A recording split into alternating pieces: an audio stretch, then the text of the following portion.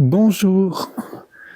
Aujourd'hui, je vais lire des extraits d'un livre que j'ai eu le bonheur de traduire avec mon ami Olivier Boulard.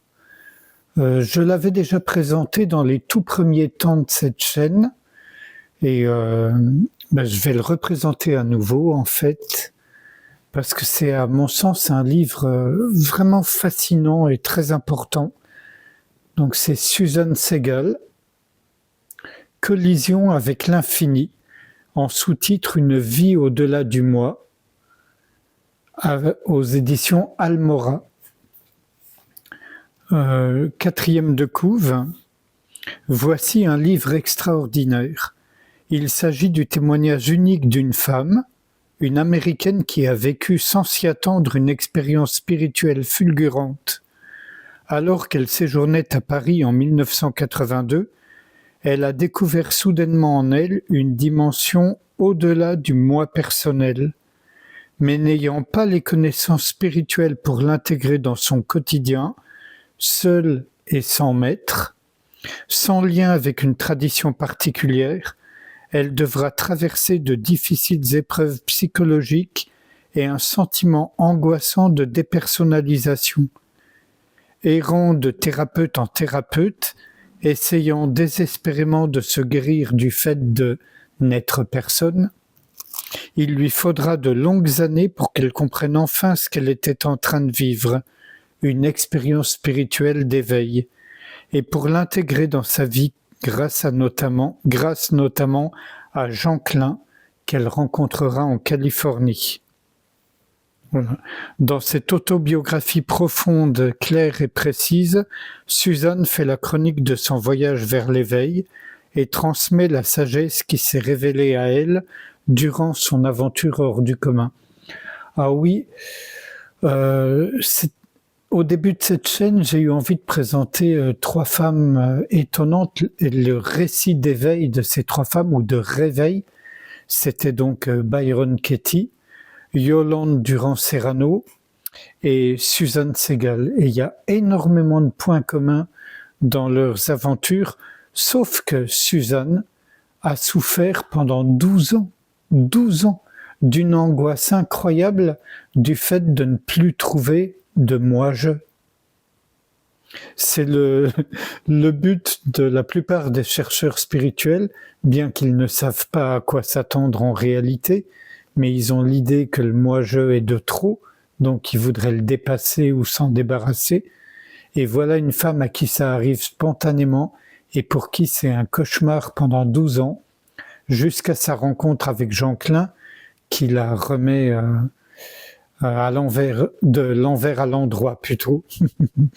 Donc quelques extraits.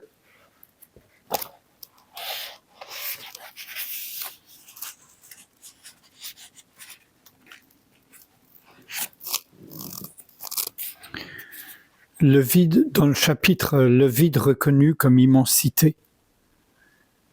Donc, d'abord un extrait de poème. Pour qui écoute, pour qui, à l'écoute dans la neige, n'étant rien lui-même, contemple le rien qui n'est pas là et le rien qui est. Wallace Stevens. Donc, là, ça fait déjà 10 ans. Donc, une décennie s'était écoulée depuis la disparition du point de référence personnel, une décennie passée à chercher à comprendre, tout en étant tourmenté par la peur. Cependant, quelle que fût l'intensité de la peur, le vide ne fluctuait pas un seul instant. Je m'étais tourné vers ceux qui étaient considérés comme les sages de notre culture, ces hommes éduqués dont l'intelligence s'était développée à travers la rigueur de la formation universitaire. Ces enseignants de l'ère postmoderne, connus sous le nom de psychothérapeutes, avaient fait de leur mieux pour m'assurer une certaine compréhension de l'expérience que je leur avais décrite. Ils avaient tenté de trouver des mots pour expliquer quelque chose qu'ils ne comprenaient pas. Quoique bien intentionnés, tous les thérapeutes à qui j'avais parlé restaient prisonniers de leur concept sur la façon dont la vie devait être interprétée. Ils étaient incapables de s'ouvrir à la possibilité que la réalité pût être perçue et vécue de nombreuses manières différentes. En fin de compte, personne n'était prêt à admettre son ignorance. Non. Donc là, je vous passe des détails. Je pourrais lire le livre entier.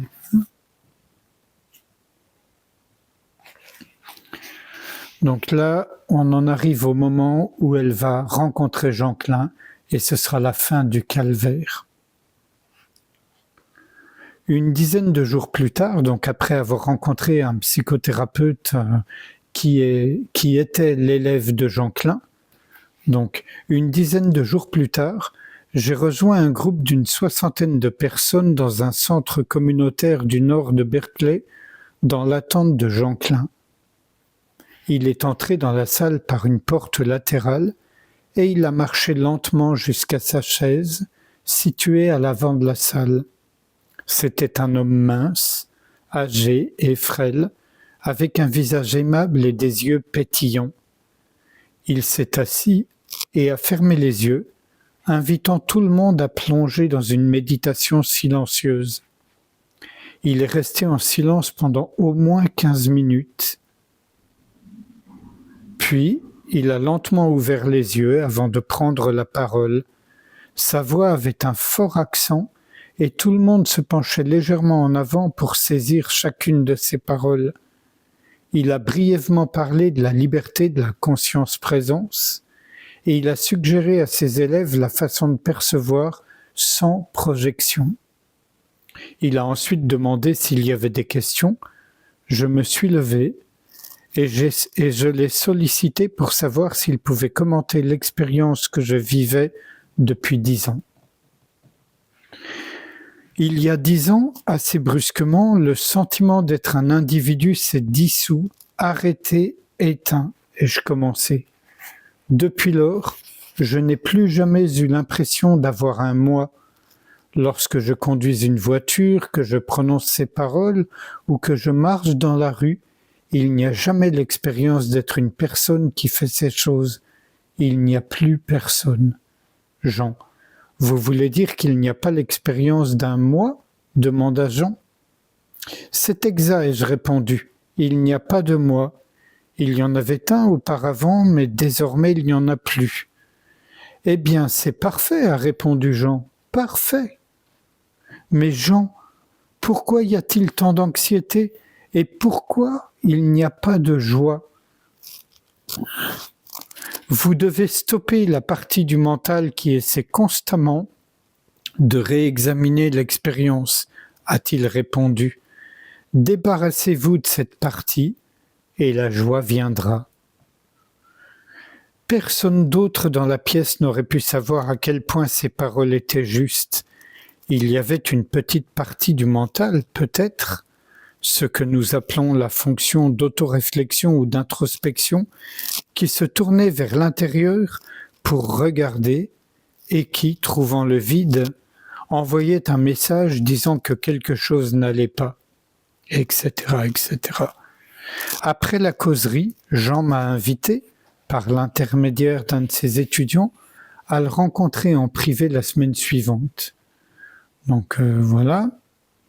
Je l'ai trouvé assis dans le jardin à côté de la maison où il logeait. Il m'a salué lorsque je me suis approché et il m'a fait signe de m'asseoir à côté de lui. Il m'a demandé de lui raconter toute l'histoire de la transformation de conscience et il m'a attentivement écouté, en souriant gentiment et en hochant la tête pendant que je parlais.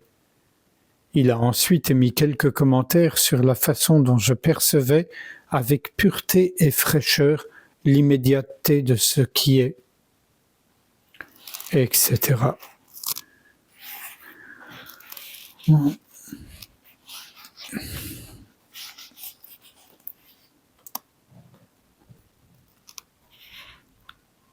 Là,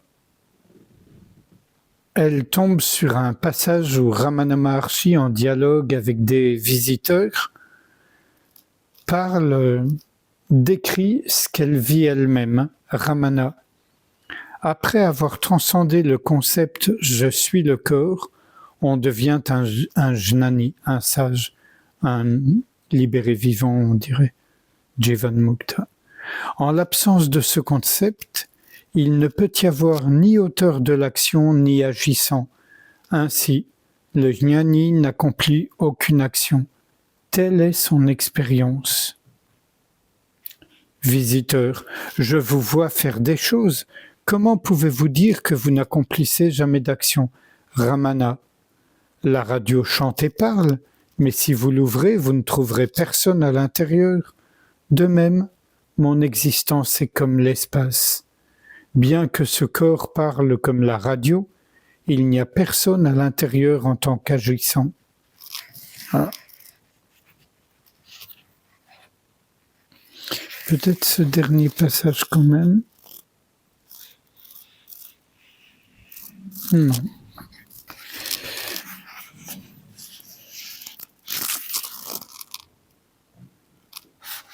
Dogen, un extrait. Minuit, pas de vagues, pas de vent, le bateau vide est inondé par le clair de lune. Dogen. Je ne suis pas, mais l'univers est moi-même, Shi Tu, Maître Chan. De l'expérience claire du vide du moi, mon état de conscience était sur le point de passer brusquement à la saison suivante. L'expérience que non seulement il n'y a pas de moi personnel, mais qu'il n'y a personne d'autre non plus. En d'autres termes, j'étais sur le point d'accéder définitivement à la conscience de l'unité, dans laquelle le vide qui dominait ma conscience était considéré comme la substance même de toute la création. Une fois le secret du vide ainsi révélé, j'ai commencé à le décrire comme étant l'immensité.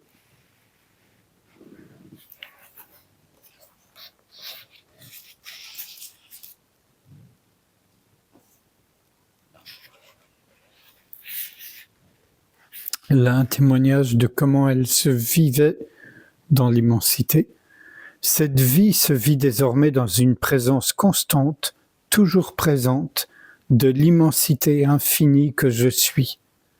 Dans cet état, il n'y a absolument aucun point de référence et pourtant, toute une gamme d'émotions, de pensées, d'actions et de réponses est simultanément présente.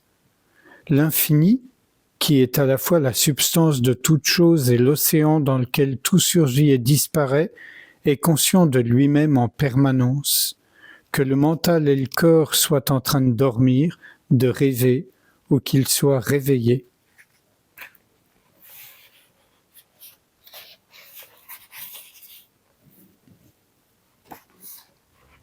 Ce sera le dernier extrait parce que j'en ai pris trop de long. L'immensité n'exige jamais que quelque chose disparaisse pour qu'elle soit l'immensité. Après tout, où pourrait aller quoi que ce soit dans cette immensité?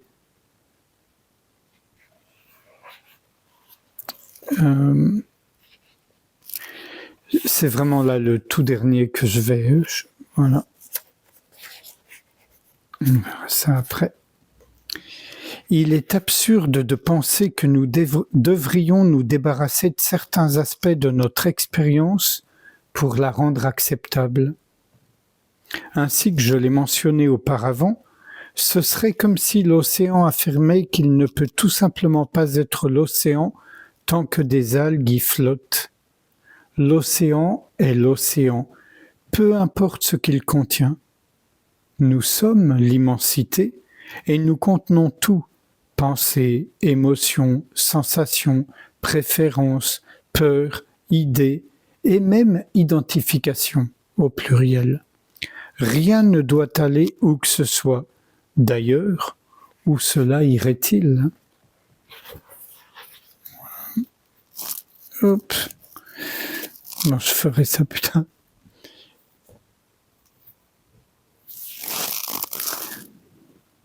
Sans réfléchir à ce qui vient d'être lu et sans vous mettre en tête qu'il faut vivre cette expérience-là.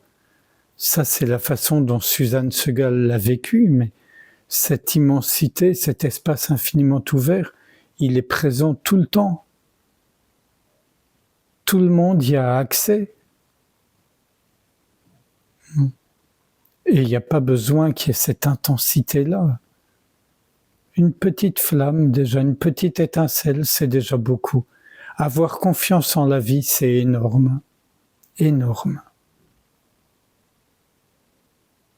Sans rien faire, juste être ouverture. Je vous invite à passer un moment en silence avec moi.